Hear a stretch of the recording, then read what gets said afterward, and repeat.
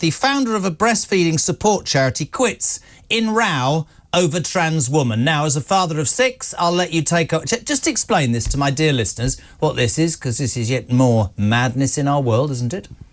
Yeah, so it's about the Leche League, which is an international organisation that supports women to breastfeed. It's a mother-to-mother support group, so it's women who've already breastfed helping other women to breastfeed. Yep. There's a chapter here in the UK.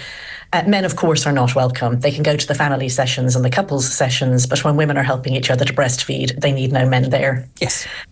So the international organisation has gone clinically insane as far as I can tell, and it now says that men who identify as women are women and therefore must be supported to breastfeed, and they have been trying to bully the UK charity into following suit. Now, the woman who founded it, who is in her 90s, does not live in the UK. She has resigned this week from the board of the international organisation and said that the reason is because she can't possibly condone helping men, for whatever reason they want to imitate breastfeeding. I love the word you used, imitate. My wife has just breastfed our daughter for 7 months, which is an incredible thing, and Iris is doing really well. What has happened to the world? A bloke can't breastfeed. I'm not trying to be rude or disrespectful. It doesn't work. So 2 things are happening there. One is what the men are doing, and one is what the women who are going along with it are doing. There is a fetish, I'm sorry to say, for breastfeeding. A male fetish. There are men who are excited by watching breastfeeding or by imagining themselves to breastfeed. Mm-hmm. So precisely those men are precisely the very last men that you should let into a breastfeeding group, and yet that is what we are seeing. The women who are enabling this have fallen for the lie at the heart of gender identity ideology or trans ideology, which is that a man who says he's a woman is really a woman.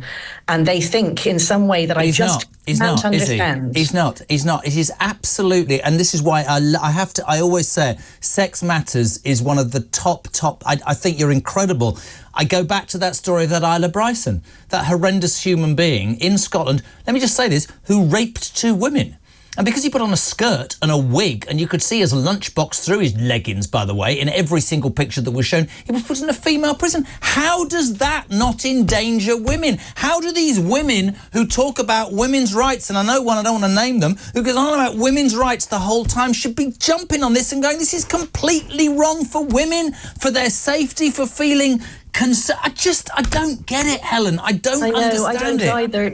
Jeremy, you and me both. I mean, lots of women do get this and do understand, and the majority of the women inside the LLL's board have been fighting tooth and nail to stop this.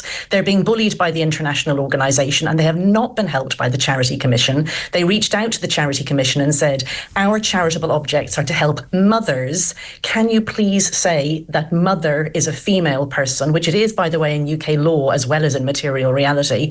They did not get any help. And so, this is what's happening. LLLGB is being torn apart by this.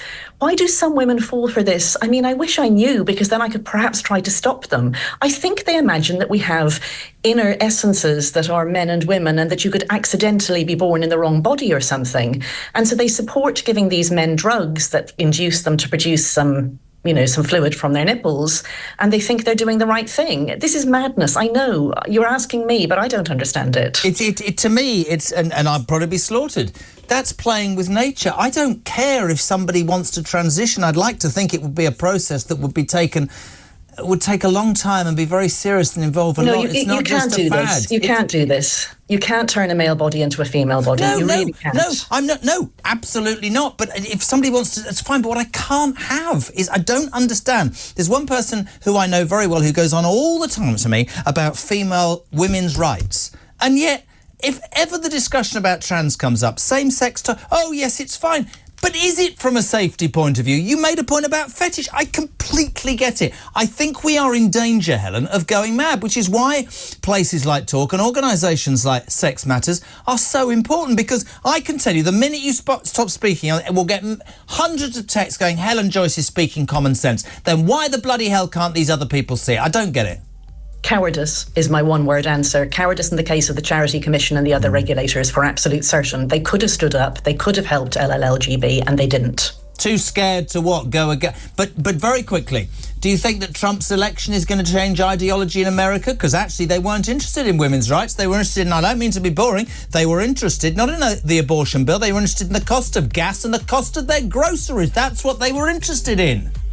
I think that what you saw in America, people vote for all sorts of reasons, is you saw people saying, why are you focusing on absolute, mad, nasty, fringe matters like letting men play in women's sports and transitioning children, instead of focusing on the cost of living and the like? They don't. Voters want you to do sensible, Helen, central things. I could talk to you forever. We love you. We love Sex Matters. Thank you so much indeed for coming on.